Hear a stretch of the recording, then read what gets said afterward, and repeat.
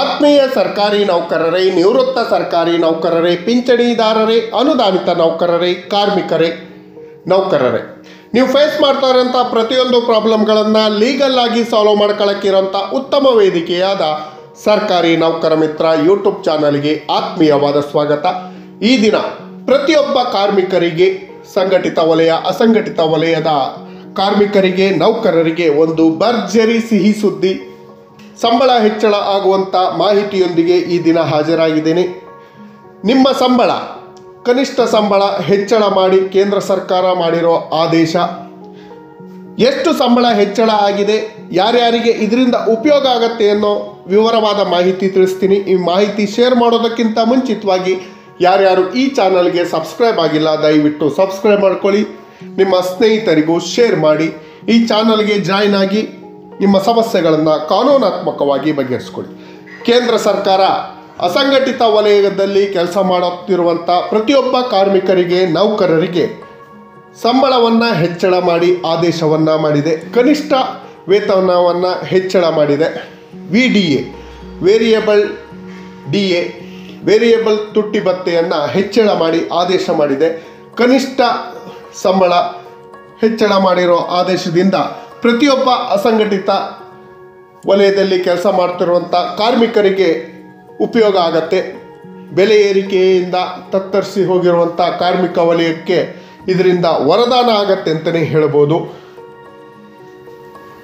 ಕೇಂದ್ರ ಸರ್ಕಾರ ಮಾಡಿರುವಂಥ ಈ ಆದೇಶದಿಂದಾಗಿ ಕನಿಷ್ಠ ವೇತನ ದರ ಹೆಚ್ಚಳ ಆಗಲಿದೆ. ಈಗ ಪಡೆಯುತ್ತಿದ್ದಂಥ ಸಂಬಳಕ್ಕಿಂತ ಹೆಚ್ಚು ಸಂಬಳವನ್ನು ಪಡ್ಕೊಳ್ಬೋದು.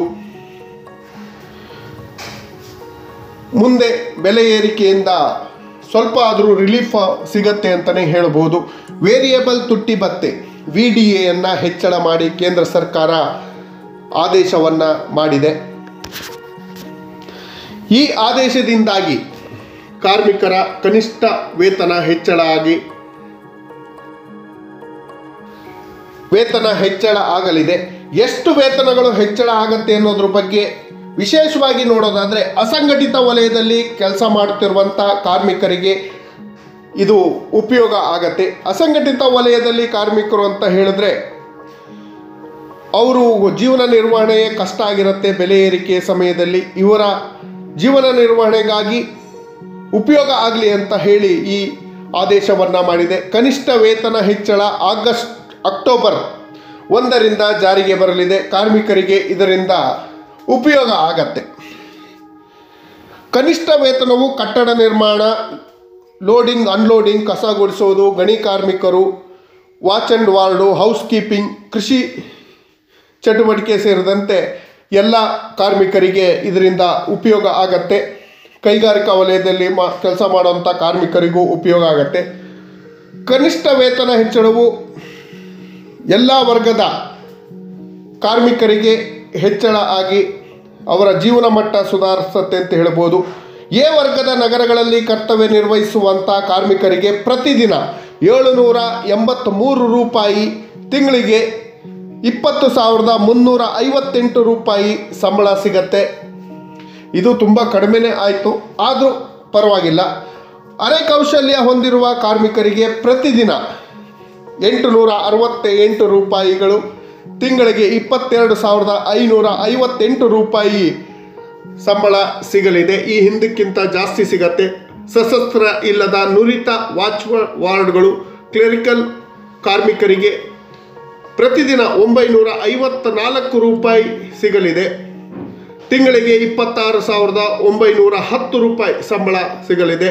ಕೈಗಾರಿಕಾ ವಲಯದಲ್ಲಿ ಕರ್ತವ್ಯ ನಿರ್ವಹಿಸುವಂಥ ಕಾರ್ಮಿಕರ ಗ್ರಾಹಕರ ಬೆಲೆ ಏರಿಕೆ ಸೂಚ್ಯಂಕಕ್ಕೆ ಅನುಸಾರವಾಗಿ ಪ್ರತಿ ವರ್ಷ ಏಪ್ರಿಲ್ 1 ಹಾಗೂ ಅಕ್ಟೋಬರ್ 1ರಂದು VDAಯನ್ನು ಹೆಚ್ಚಳ ಮಾಡುವಂಥ ಪದ್ಧತಿಯನ್ನು ಕೇಂದ್ರ ಸರ್ಕಾರ ಈ ಹಿಂದಿನಿಂದಲೂ ಅನುಸರಿಸ್ತಾ ಬಂದಿದೆ. ಇದರ ಆಧಾರದಲ್ಲಿ ಅಸಂಘಟಿತ ವಲಯದಲ್ಲಿ ಕೆಲಸ ಮಾಡ್ತಿರುವಂಥ ಪ್ರತಿಯೊಬ್ಬ ಕಾರ್ಮಿಕರು, ನೌಕರರಿಗೆ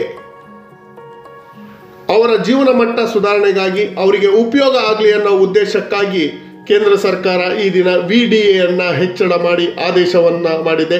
ತುಟ್ಟಿ ಭತ್ಯೆ ಹೆಚ್ಚಳದಿಂದಾಗಿ ಅಸಂಘಟಿತ ವಲಯದ ಕಾರ್ಮಿಕರಿಗೆ ಉಪಯೋಗ ಆಗತ್ತೆ. ಅಸಂಘಟಿತ ವಲಯದ ಕಾರ್ಮಿಕರಿಗಾಗಿ ನಿಶ್ಚಿತ ಪಿಂಚಣಿ ಯೋಜನೆಗಳನ್ನು ಜಾರಿಗೆ ತರಬೇಕು ಅಂತ ಕೇಂದ್ರ ಸರ್ಕಾರದಲ್ಲಿ ಕೇಳ್ಕೊಳ್ತೀನಿ.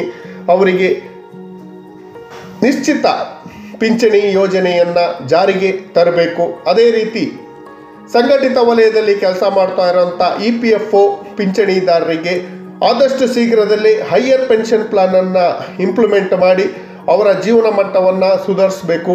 ಸಾಮಾಜಿಕ ಭದ್ರತಾ ಯೋಜನೆಗಿಂತ ಕಡಿಮೆ ಇರುವಂಥ ಪಿಂಚಣಿಯನ್ನು ಹೆಚ್ಚಳ ಮಾಡಬೇಕು ಅಂತ ಹೇಳಿ ಕೇಂದ್ರ ಸರ್ಕಾರದಲ್ಲಿ ಕೇಳ್ಕೊಂತ ಮಾನ್ಯ ಸುಪ್ರೀಂ ಕೋರ್ಟ್ ಆದೇಶವನ್ನು ಆದಷ್ಟು ಶೀಘ್ರದಲ್ಲೇ ಇಂಪ್ಲಿಮೆಂಟ್ ಮಾಡಬೇಕು ಅಂತ ಕೇಳ್ತಾ, ಈ ಮಾಹಿತಿ ಇಷ್ಟ ಆಗಿದ್ದರೆ ದಯವಿಟ್ಟು ಈ ಚಾನಲ್ಗೆ ಸಬ್ಸ್ಕ್ರೈಬ್ ಮಾಡ್ಕೊಳ್ಳಿ, ನಿಮ್ಮ ಸ್ನೇಹಿತರಿಗೂ ಶೇರ್ ಮಾಡಿ, ನಿಮ್ಮ ಸಮಸ್ಯೆಗಳನ್ನು ಕಾನೂನಾತ್ಮಕವಾಗಿ ಬಗೆಹರಿಸಿಕೊಳ್ಳಿ ಅಂತ ಹೇಳ್ತಾ ಈ ಮಾಹಿತಿ ನೋಡಿದ್ದಕ್ಕೆ ಧನ್ಯವಾದಗಳು.